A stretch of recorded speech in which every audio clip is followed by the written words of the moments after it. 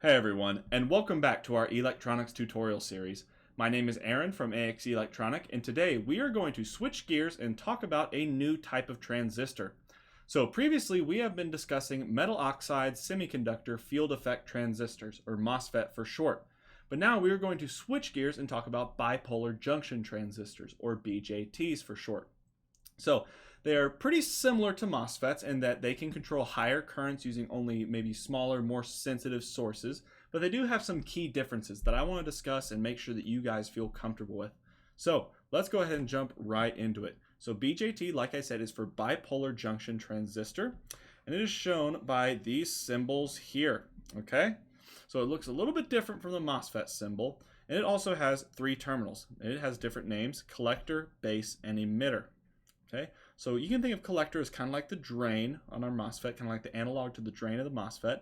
Emitter is kind of like the source, and base is kind of like the gate. Okay, now the emitter is always going to be tied to this little arrow, this little triangle here. So we know that this is the emitter here, and that's our emitter there. Same way, we know the one on the opposite side is always the collector. And then here, this is our base. Okay, so the base is going to be our input. Now, like I said, they do have some similarities to MOSFETs in that they have two different types.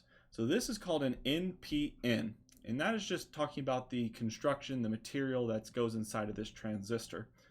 Now, what does make it very different is that a MOSFET, its drain current is proportional to its gate source voltage. Okay?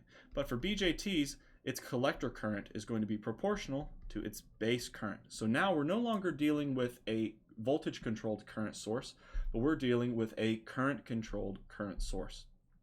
So what happens is that if we supply a current from the base that flows to the emitter, so base to the emitter, if we supply a current, then a larger current will flow from collector to emitter. So this is going to be our IC and our IB. Okay? Now, these transistors have a property called beta, or you might also see HFE. And what that is the change in collector current versus a change in base current. So it's kind of like how much the collector current changes if we change the base current just a little bit, okay? So it's kind of like a measure of the current gain that this device has, and it's going to be pretty important. Now, just like MOSFETs, we do have a different type of BJT. So before we had NPN, the opposite of that is going to be PNP. And what I want you to do for NPNs, just remember this N here, and remember that it is kind of like an N-channel MOSFET. Same way, remember the P for PNP, and it is going to be like a P-channel MOSFET, okay? Now, the emitter and collector are flipped, so the emitter is going to go on top, collector goes on bottom. Our base is still the same. And remember, that little arrow, that little triangle is tied to the emitter always. So we know that this is the emitter, this one here is the emitter, and the opposite one's the collector. Now the emitter, or the triangle also tells us the direction of current flow. So if we look back here, this is telling us that current flows in this direction.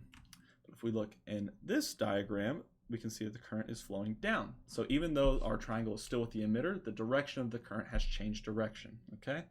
Let's have our base here.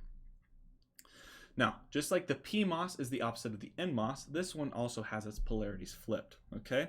So now, instead of sourcing current, or instead of putting current into the base, we're actually taking current from the base, and that current actually comes from the collector to the base, okay?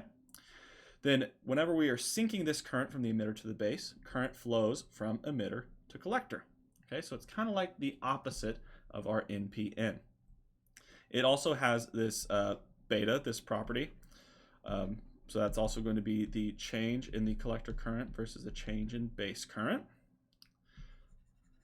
Now, one thing that I want to talk about both of these, and I'll go back so that we can look at this actually, or so we'll start here. So for an NPN, this comes from the type of material that is used to construct it. So it's kind of constructed like this. It has an N material, P material, and then N material. So this is our base, collector, and emitter. Now, if you remember from our diodes discussion, you remember that the most basic type of diode is a PN diode. So what that means is that we have this same type of material that goes into diodes inside these transistors. So we can kind of approximate it as being something like this, like two diodes back to back, okay? Now, that means that we're not going to get any current to flow from the collector to the base, because then that would reverse bias that diode. Okay, but we will have this 0.7 volt drop from our base to our emitter. Okay, so now we can't just stick any voltage on here, because if we stick 5 volts here, this diode is going to short circuit it, going to cause a lot of current to flow, probably going to break the device. So that's something that we have to remember, is that this has a diode, or a diode drop, 0.7 volt drop from the base to the emitter, and that's just because of the construction, the physical layout of this device. Okay, so because of that, we actually cannot just apply any voltage here, so we actually have to consider this. So one thing that I do want to go ahead and point out is that whenever we are supplying current into the base, unless we have some current source already, we're usually going to want a resistor there. And again, that's just to limit the current that can flow through that diode, because if we don't have it, we're going to get way too much current and then end up breaking our device. Now, like we said before, our beta is equal to the change in collector current over the change in base current. Okay, so if we label our collector current, our emitter current, and our base current, okay, so our base and collector is going into the device, and our emitter current is leaving the device. Okay, so with MOSFETs, we didn't have any current into our gate, but now we do have a current into our base, and that current has to go somewhere, right? So that current is going to end up having to go somewhere, because Kirchhoff's current law states that we can't just create or destroy charges out of thin air. It has to always go somewhere. So that means that the sum of our collector current and our base current has to be our emitter current. Now, one of the ways we can approximate our collector current is that it is equal to beta, which is that current gain, times our base current. So now we have that our emitter current is equal to beta IB plus IB. If we do a little bit more math, what we'll end up getting is that our emitter current is going to be equal to beta plus 1 IB, because we have the current flowing through the collector, which is beta IB, plus that input base current. Okay, so we have that beta plus 1 here in our emitter. Okay, so this is just to kind of give you a general introduction to these BJTs and how they're different from MOSFETs, how they're a current-controlled switch instead of a voltage-controlled switch, or excuse me, a voltage-controlled current source and current-controlled current source. We also gave you a brief look at the beta and how that is a pretty critical property of these BJTs. Now, the last thing that I want to do is I want to talk about the difference between BJTs and MOSFETs. So here, let me just go ahead and clear all the ink from this slide. So on this side, we're going to look at BJTs, and we're going to look at MOSFETs, okay? Because you might be wondering to yourself, why would I want to use one over the other? So what are the advantages and disadvantages of it? So let's go ahead and talk about MOSFETs, because we've already discussed those quite a bit, okay? So we've already discussed MOSFETs. So one thing we know about MOSFETs is that they have a very low on resistance. So whenever they are turned on all the way, their on resistance, let me go ahead and just draw a MOSFET here. So their on resistance, whenever they are turned all the way on, is very, very low. So it's going to end up being less than 1 ohm. Okay, usually it's going to be less than 1 ohm. So that makes a really, really good switch. Another thing that's pretty good about these is that they are very easy to make.